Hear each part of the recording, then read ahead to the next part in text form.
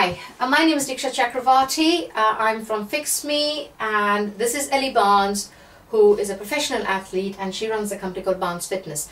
Today we want to talk to you about abdominal core control. Now, core control is absolutely essential. No matter what you're doing, whether you're a housewife, whether you're a computer user, whether you're a professional athlete, you need a very, very strong core, because it is our core that keeps us upright and prevents injuries, aches and pains, etc. I'm often required to demonstrate good core exercises because my clients often don't know how to do them. So we thought, Ellie and I thought it would be a good way to actually demonstrate to anybody out there how to do good core exercises. So Ellie is going to demonstrate 3 different core exercises. She's going to start off with what we consider to be the easiest, which is the bridge, and she's going to talk you through the key points of this particular stretch. Ellie, over to you. So the bridge is a great exercise to work your abdominals and also your lower back and glute muscles, your bottom. So to get into the bridge, you just need to be laying on the floor with your feet flat on the floor, hip width apart, and your hands relaxed onto the mat. The idea of the bridge is that you're going to roll your spine vertebra by vertebra off the mat until your shoulders, your hips and your knees are in one line.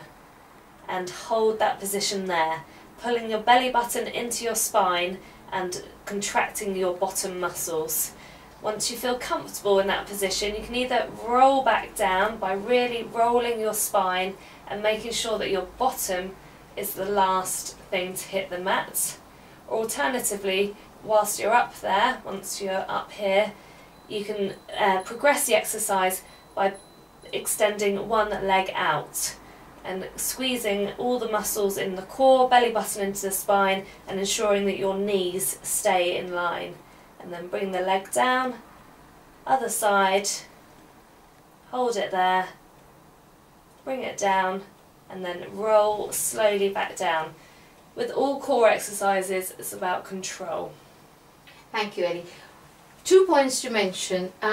Work within your comfort zone. Always, always, always work within your comfort zone.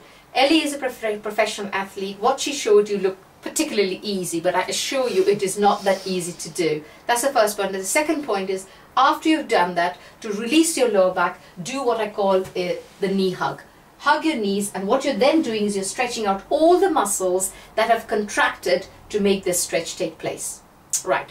The second core exercise that Ellie is going to show is something that's known to everybody, is the crunch. Off you go, Ellie. So the crunch is mainly working your rectus abdominis muscles, famously known as your six-pack. So the way to do this is to put your hands, either clasp them together and behind your head, supporting your head and neck, or putting them in your temples of your head. So let's go for behind the head and neck, and you'll relax your shoulders down, elbows nice and wide. Make sure your lower back is on the mat as much as possible, so your pelvis is tilted down, and then you're going to lift up your head and shoulders off the floor and back down, making sure that you keep a gap in between your chin and your chest. You're not doing this, that's just working your head and your neck muscles. So you're moving your top half of your body by your stomach and your abdominals. And just do however many you feel comfortable, control and down. I'd recommend doing about 10 to 15, have a rest and then have another set. Thanks, Ellie. I have a question for you. How do you relate breathing to this particular exercise? When should people breathe in and out? Quite simple rule with breathing for any exercise is that you exhale on the exertion. So you want to inhale to prepare and then breathe out to come up. Inhale to come down, which is the easy bit, and then exhale on the bit that's tough.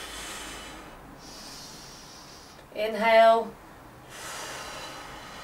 exhale, and ensuring that you're breathing from your diaphragm, which is down here, and not just breathing into your top of your clavicle area. That's brilliant.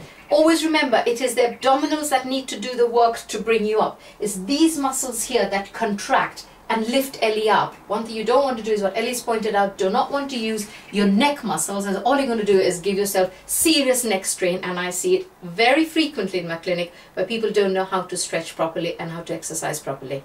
The final stretch Ellie is going to show you is more challenging than that, and that's the oblique abdominals. Ellie, off you go.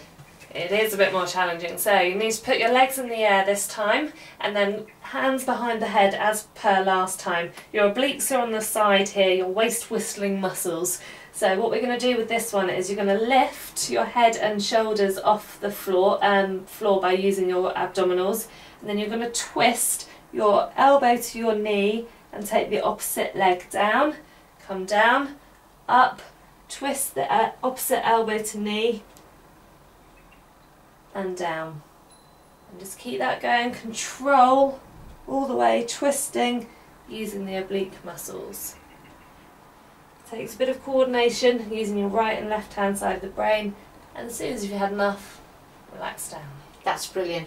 And after someone's done these exercises, what would be a good stretch to relax the parts that they have been working on? I find one of the best stretches is actually coming onto your front and doing something called a swan.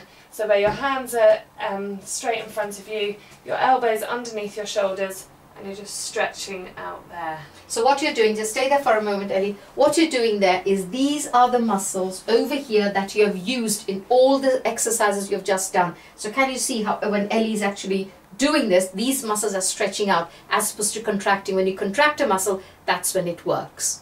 Is that right, Ellie? Correct. Okay, all right. Well, Ellie and I have enjoyed having you with us this afternoon. Hope you find them useful, and we will be making more videos about how to do the essential stretches. So thank you for joining us. Thank you.